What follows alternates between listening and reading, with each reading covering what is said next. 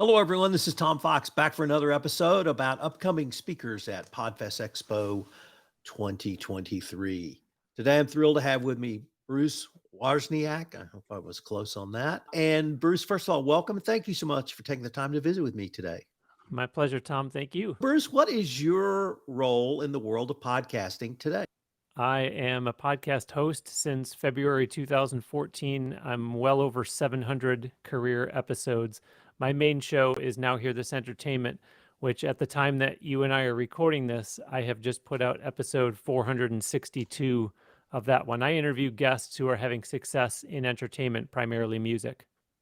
After doing some research about you and your podcast for this episode, I'm greatly looking forward to listening to your latest episode.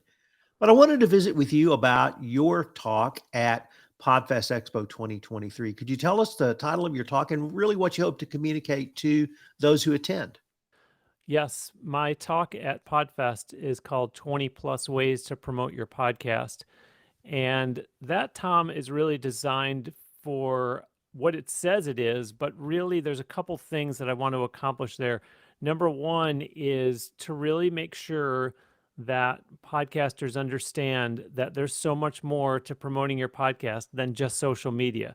Because what you'll do is you'll hear people complain that they're not getting enough traction with their podcast, and you say, how are you promoting it?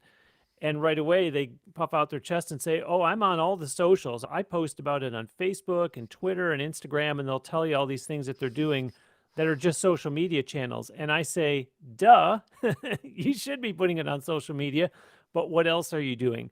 So what my 20 plus ways to promote your podcast talk at Podfest is going to do is show people a ton of other ways that you can be promoting it. And perhaps best of all, I think almost all of them don't cost anything at all to put into place. You can literally walk out of that meeting room at Podfest and go in your hotel room and start doing these. You could do them the next day if you're from out of town once you get back home. They're not things that are going to take a while to ramp up. And it's not going to be every single one that you're going to do. Some of them you might already be doing. And a lot of times, Tom, I find that people will hear me say something and they think that's common sense. And then they take a step back and you can tell they're scratching their head and doing a self audit and saying, oh, shoot, wait, I actually don't do that one. So I'm hoping that I'll get some light bulb moments for some people in that room and they'll say, okay, I need to start doing that one or these plural. So that is absolutely brilliant. Not that you are telling people what to do, not that you're helping them in what they might do, but you're giving them insights into things.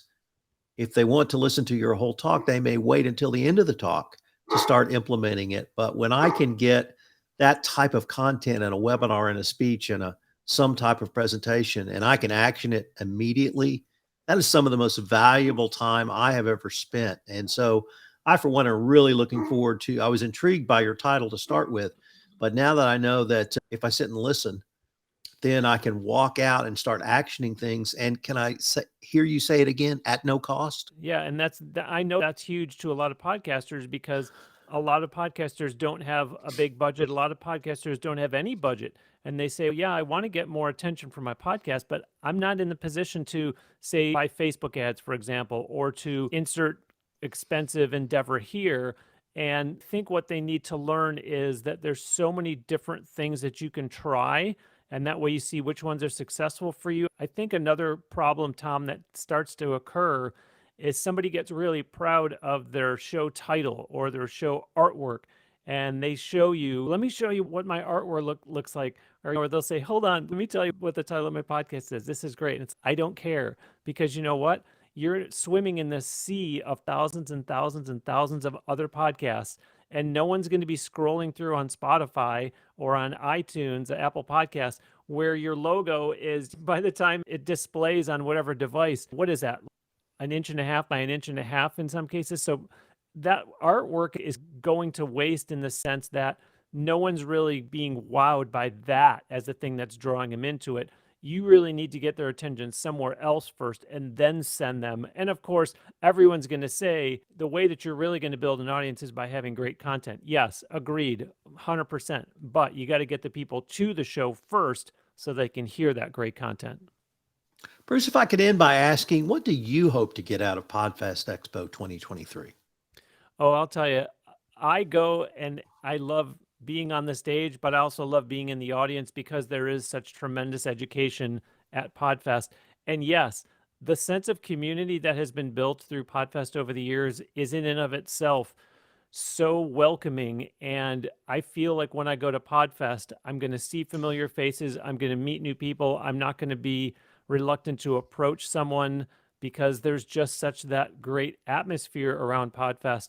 And so a lot of times it's you're in these great sessions with this great education and you're learning something and you look at the person next to you and you're nodding like, or maybe it's just a quick whisper, do you do that? Does that work for you? And everybody's right there supporting each other. So I'm always excited to go to Podfest and to learn so much more, even though I've been doing it for, by the time Podfest comes around, I'll be about 2 weeks shy of the, what would that be, 9-year anniversary of launching my Now Hear This Entertainment podcast. So even 9 years into it, I'm still always learning. And as we all know, the podcast industry is changing so much. That's why you need to attend conferences like Podfest, because when you're sitting at home and you're trying to keep up with things that you're reading online, you just can't give it the attention that you can when you're in person at a conference and there's a speaker on the stage who's delivering all this great value that you're taking notes, you're soaking it all in, typing notes on your phone, whatever it is. So as you can tell, I'm really excited about Podfest.